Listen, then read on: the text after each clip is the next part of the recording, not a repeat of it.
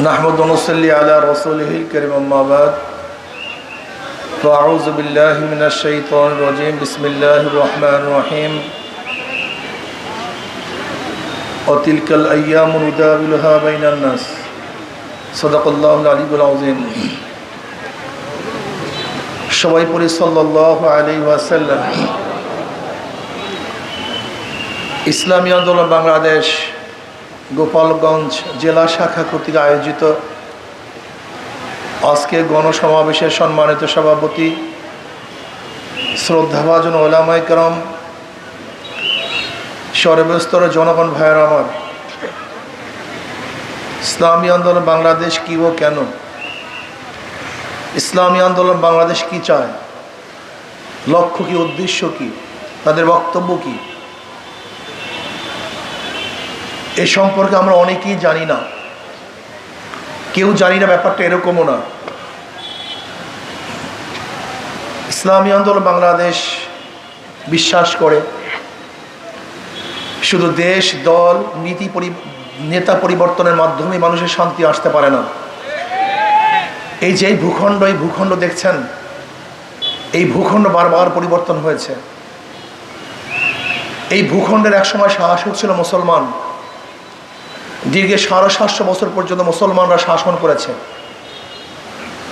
কিছু মুনাফিকের কারণে উর্মিচাঁদ, করমচাঁদ, রায়দুল্লাহ বাবু, ঘোষিডে বেগম, মীর জাফর, মীর সাদেকের মতো মুনাফিকের কারণে ব্রিটিশ 200 বছর শোষণ করেছে, প্রায় 190 বছর শোষণ করেছে। শোষিত হয়েছিল মুসলমান, নির্যাতিত হয়েছিল মুসলমান, অত্যাচারিত হয়েছিল মুসলমান। আবার মুসলমানরা আন্দোলন করেছে, সংগ্রাম করেছে, ব্রিটিশ হঠাৎ আন্দোলনের সূচনা করেছে মুসলমান। আপনারা জানেন 1803 ঈসাই সালে যখন ব্রিটিশ দিল্লি দখল করেছিল জাফরের থেকে, তৎকালীন সময় শাহ আব্দুল আজিজ সাহেব রহমতুল্লাহ ঘোষণা দিয়েছিলেন আজকের থেকে পাক ভারত উপমহাদেশ দারুল ইসলাম নয়, দারুল হরব, এদের বিরুদ্ধে আন্দোলন করা বর্তমানে মুসলমানদের জন্য ফরজে আইন। সেই দিন থেকেই ব্রিটিশ হটাও আন্দোলনের সূচনা হয়েছিল। পরবর্তীতে সবাই সম্পৃক্ত হয়ে ব্রিটিশদেরকে এদেশ থেকে তাড়াতে বাধ্য করেছিল। ভেবেছিলাম বৈষম্য দূর হবে, সমস্ত মানুষ সাম্য, মানবিক মর্যাদা, সামাজিক ন্যায় বিচার প্রতিষ্ঠিত হওয়ার মাধ্যমে স্বাধীনতা ভোগ করবে, মানুষ মুক্তি পাবে, শান্তি পাবে। কিন্তু আমরা কি দেখলাম? ভারতের সংখ্যাগরিষ্ঠ মানুষ মুসলমানদের সাথে বৈষম্য করছে, তাদের অধিকার দিচ্ছে না।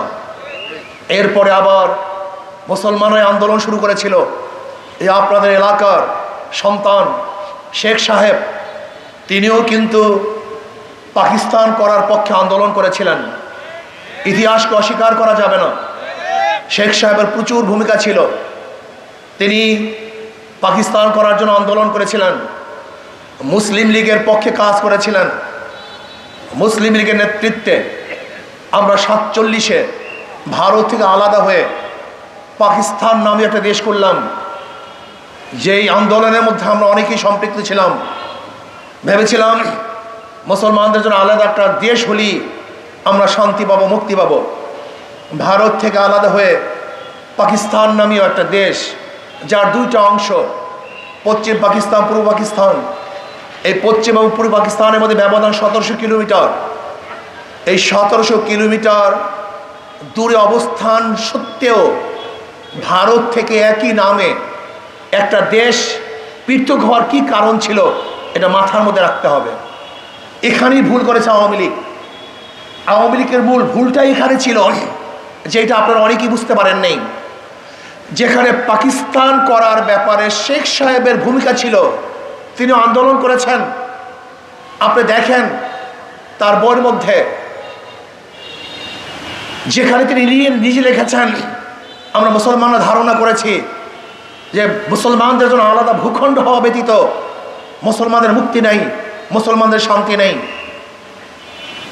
ভারত থেকে পাকিস্তান আলাদা হওয়ার পিছনে একমাত্র কারণ ছিল ইসলাম, ধর্ম, মুসলমান। এই দেশটা মুসলমানদের দেশ।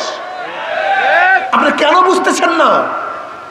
যদি 47-এ ভারত থেকে আমরা আলাদা না হতাম, যদি ভারতের সাথে সম্পৃক্ত থাকতাম, যদি কাশ্মীর পাঞ্জাব এর মতো সম্পৃক্ত থাকতাম, তাহলে পৃথক একটা দেশ, স্বাধীন দেশ আমরা কোনোদিনই পেতাম না। যেমন কাশ্মীর এখন ভারত দখল করে ফেলেছে, হায়দ্রাবাদ যেখানে মুসলমানরা সংখ্যাগরিষ্ঠ ছিল, কিন্তু ভারত থেকে আলাদা না হওয়ার কারণে সেইটাকেও ভারত দখল করে ফেলেছে। পাঞ্জাবও আলাদা ছিল কিন্তু ভারত দখল করেছে। যেরকম সিকিম আলাদা রাষ্ট্র হওয়ার পরেও লেনদুব দর্জির মাধ্যমে আবার ভারত গ্রাস করেছে। আপনাকে অবশ্যই মনে রাখতে হবে, যদি 47-এ ভারত থেকে, ইন্ডিয়ার থেকে পাকিস্তান নামে একটা দেশ আলাদা না হতো, তাহলে কিয়ামত পর্যন্ত আন্দোলন করলেও আমরা কোনোদিন স্বাধীনতা অর্জন করতে পারতাম না। তাহলে 47-এ ভারত থেকে দেশ আলাদা হওয়ার কারণেই আমরা পাকিস্তান নামে একটা দেশ পেলাম। ভেবেছিলাম এবার বৈষম্য দূর হবে, বৈষম্য থাকবে না, কিন্তু আমরা কি দেখলাম? পশ্চিম পাকিস্তানের মানুষগুলি পূর্ব পাকিস্তানের মানুষের সাথে বৈষম্য করছে, তাদের অধিকার দিচ্ছে না, স্বাধীনতা পাচ্ছে না। আবার 71-এ আমরা বৈষম্য দূর করার জন্যই সাম্য, মানবিক মর্যাদা, সামাজিক ন্যায় বিচার, এই 3 মূল নীতির ভিত্তিতে আমরা আন্দোলন করেছিলাম। 3 নীতি, সেটা কি? সাম্য, মানবিক মর্যাদা, সামাজিক ন্যায় বিচার প্রতিষ্ঠিত করার জন্য, আমরা আলাদা হওয়ার জন্য আন্দোলন করেছিলাম। আপনি দেখেন শেখ সাহেবের 6 দফা, 11 দফা, 18 দফা, 21 দফার মধ্যে কোনো জায়গায় স্বাধীনতার কথা নেই। আমাদের ছিল অধিকার আদায়ের আন্দোলন, কিন্তু যেহেতু পাকিস্তানিরা আমাদের ভোটের মূল্যায়ন করতে পারে নাই, তৎকালীন সময় আওয়ামী লীগ সবচেয়ে বেশি আসন পেয়েছিল, কিন্তু ভুট্টো সাহেব, ইয়াহিয়া খান সাহেব ভোটের মর্যাদা রক্ষা করতে পারে নাই। এই ভোটের মর্যাদা রক্ষা করতে না পারার কারণেই শেখ সাহেব কি চেয়েছিলেন? অখণ্ড পাকিস্তানের প্রাইম মিনিস্টার হবেন। যেহেতু তার ভাগে সিট ছিল 160 সিটের যে অধিকারী, তিনি তো সরকার গঠন করবেন। কিন্তু পশ্চিম পাকিস্তানিরা ভোটের মূল্যায়ন, ভোটের অধিকার না দেওয়ার কারণে ওরা যত উন্নয়নের গল্প তুলেছে, এদেশে মানুষের উন্নয়নের গল্প শোনে নেই।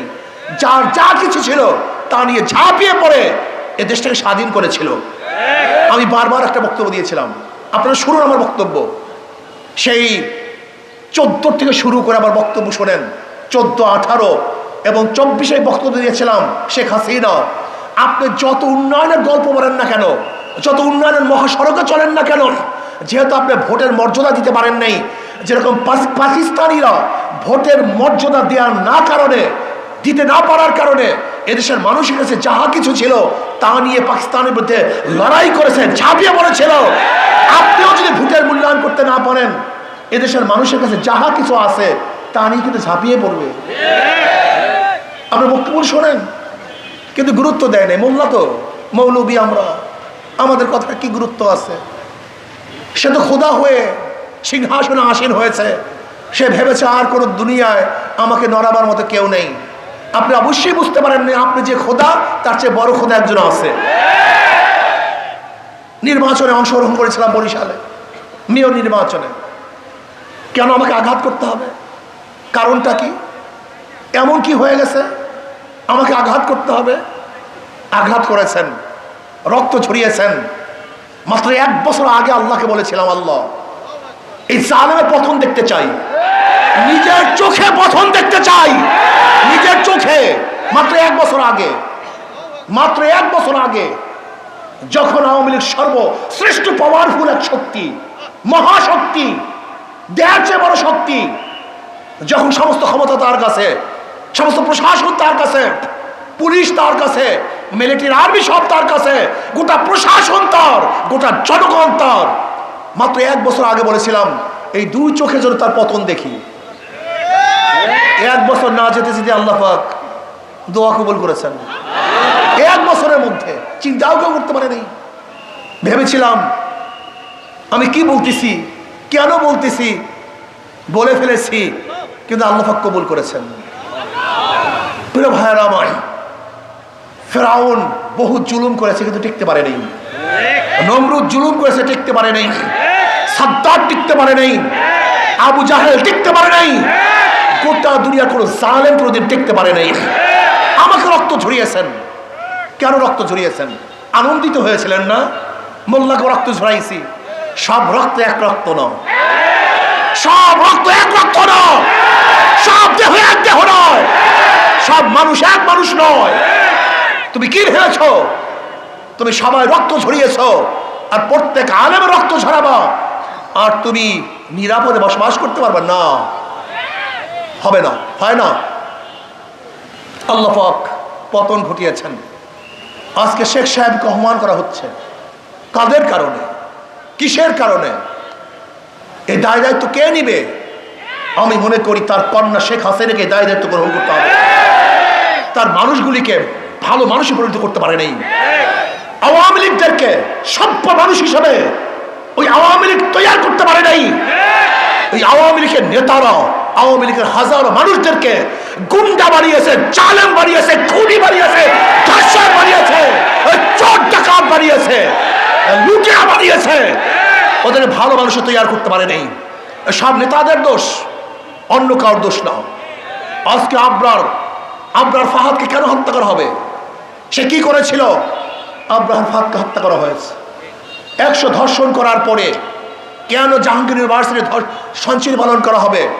কেন শেখ হাসিনা বলবে আমার পিয়ন 500 কোটি টাকার মালিক? টাকা কি আপনার বাবার?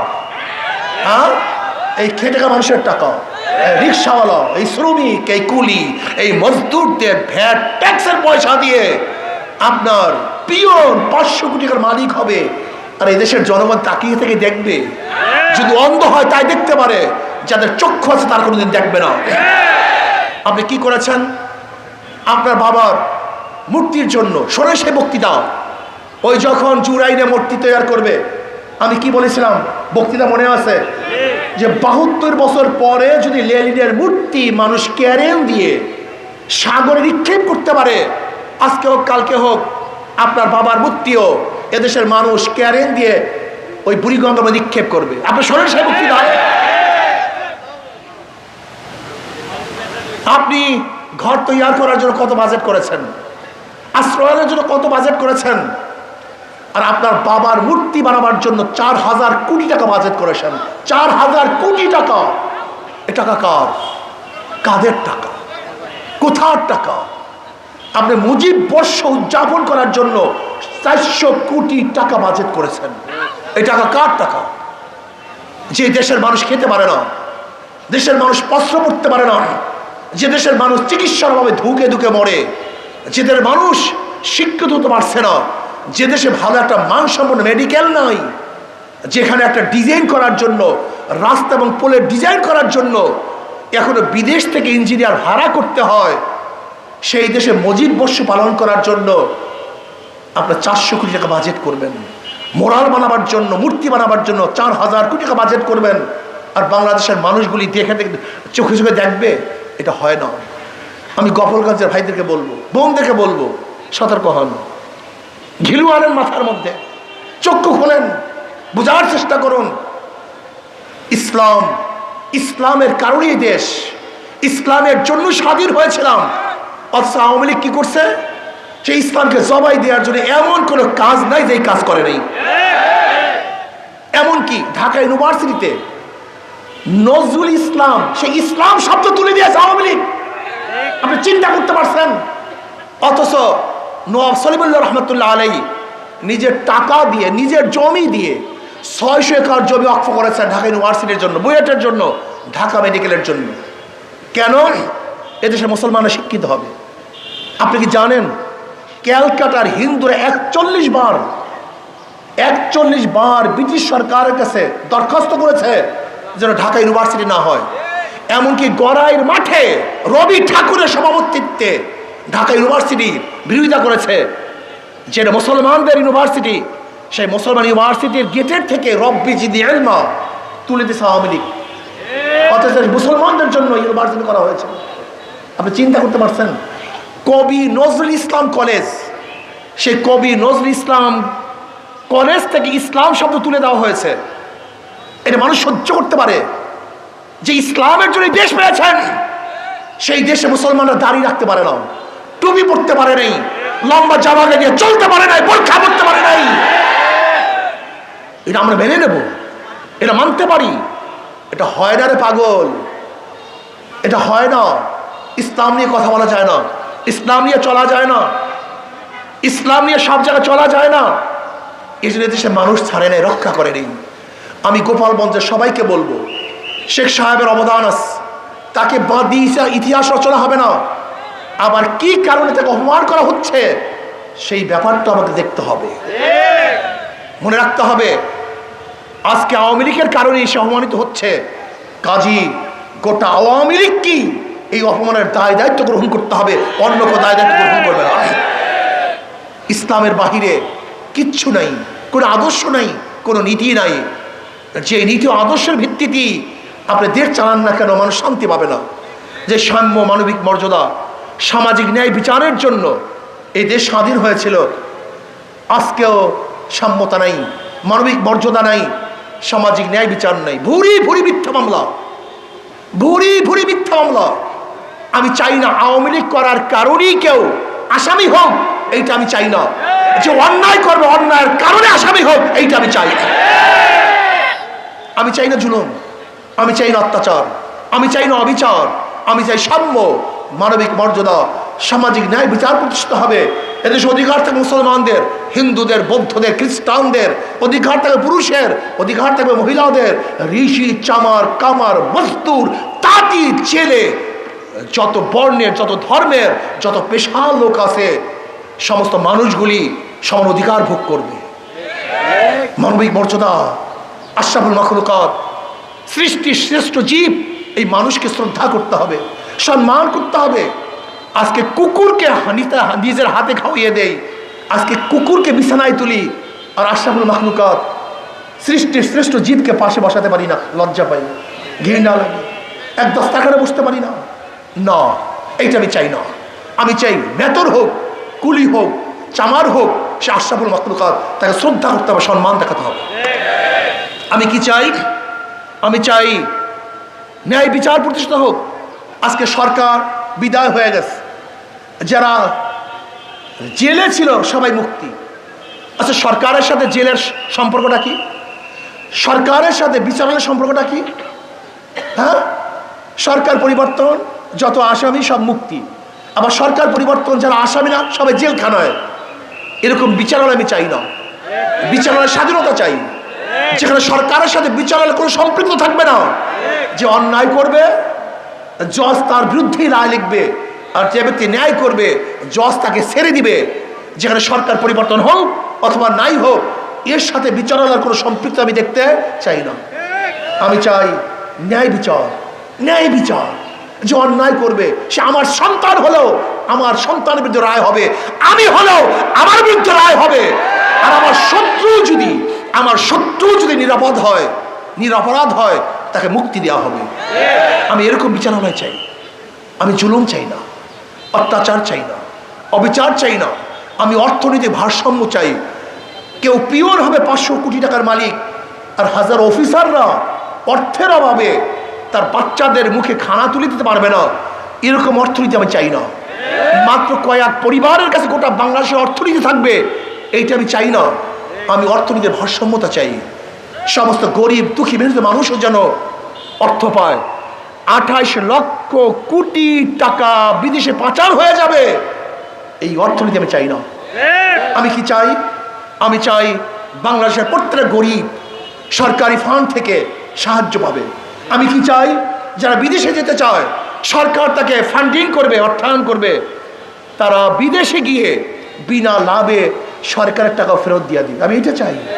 আমি কি চাই? কৃষকরা ফান্ডিং পাবে, তার অর্থ পাবে, তার উৎপাদন করার পরে আবার টাকা ফেরত দেবে। আমি চ্যালেঞ্জ দিয়ে বলতে পারি, ইসলামী হুকুমত যদি হয়, ইসলামী হুকুমত হয়, আগামী 5-10 বছরের মধ্যে বাংলাদেশের সমস্ত গরিবরা দরিদ্র সীমার উপরে চলে যাবে। এর কারণটা কি? ইসলামের গোটা অর্থনীতি গরিবদের জন্য, আর পুঁজিবাদী অর্থনীতি শুধু ধনীদের জন্য। আজকে ব্যাংকে যাবেন আপনি লোন আনার জন্য, বলবে আপনার কাছে মর্গেজ আছে, বলে নাই, তাহলে আপনাকে টাকা দেবো না। তাই ব্যাংক কাকে টাকা দেয়? যার কাছে আছে। যাকে দেয় তারই সুদ মাফ হয়, যাকে দেয় তারই লোন মাফ হয়। একজন ধনী 4 বার ধনী হয়, আর একজন গরিবের পেটের মধ্যে 5টা লাথি। আগের থেকে 5 লক্ষ টাকা ছিল না 1 লাথি, ব্যাংক থেকে 5 লক্ষ টাকা দেয় নাই 2 লাথি। তার লোন মাফ হয় না 3 লাথি, তার সুদ মাফ হয় নাই 4 লাথি। এবং বড়লোককে যে টাকা মাফ করা হয়েছে, এই টাকা যদি বাংলাদেশ ব্যাংকে থাকতো, বাংলাদেশের নাগরিক হিসেবে সেই টাকারও একজন মালিক ছিল। কিন্তু বড়লোকদেরকে মাফ করার কারণে গরিবের পেটের মধ্যে 1 লাথি, গরিবের পেটে 5টা লাথি দেয়, আর বড়লোককে 4 বার ধনী মানায়। আর ইসলামী অর্থনীতি সবই গরিবদের জন্য। জাকাত কাদের জন্য? ওসুর কাদের জন্য? কথা বলেন। ফিতরা কাদের জন্য? দান কাদের জন্য? মানত কাদের জন্য? অর্থাৎ ইসলামী অর্থনীতি সবই গরিবদের জন্য। কিন্তু কপাল পোড়া গরিবের গোষ্ঠী, এই কপাল পোড়া গরিবের গোষ্ঠী, ওরা নিজেদের ভাগ্য নিজেরা পরিবর্তন করতে পারে না। ওরা চোর, ডাকাত, বদমাশ, লুটেরা এবং খুনিদেরকে ক্ষমতায় বসায়, কিন্তু যারা গরিবদের জন্য মেহনত করে, কাজ করে, তাদেরকে ওরা পছন্দই করে না। আমি বিশ্বাস করি ইসলামী অর্থনীতি যদি অ্যাপ্লাই করা হয়, আগামী 5-10 বছরের মধ্যে বাংলাদেশের সমস্ত গরিবরা দরিদ্র সীমার উপরে চলে যাবে। এখানে মানবতা প্রতিষ্ঠিত হবে, সাম্যতা প্রতিষ্ঠিত হবে, ন্যায় বিচার প্রতিষ্ঠিত হবে, এই দেশ হেফাজত থাকবে। সমস্ত ধার্মিকরা স্বাধীনভাবে তাদের ধর্ম পালন করতে পারবে। কাজে আসুন, আজকের থেকে সব কিছু দেখা শেষ। আমরা সোনার বাংলা দেখেছি, সবুজ বাংলা দেখেছি, নতুন বাংলা দেখেছি, ডিজিটাল বাংলা দেখেছি, স্মার্ট বাংলা দেখেছি।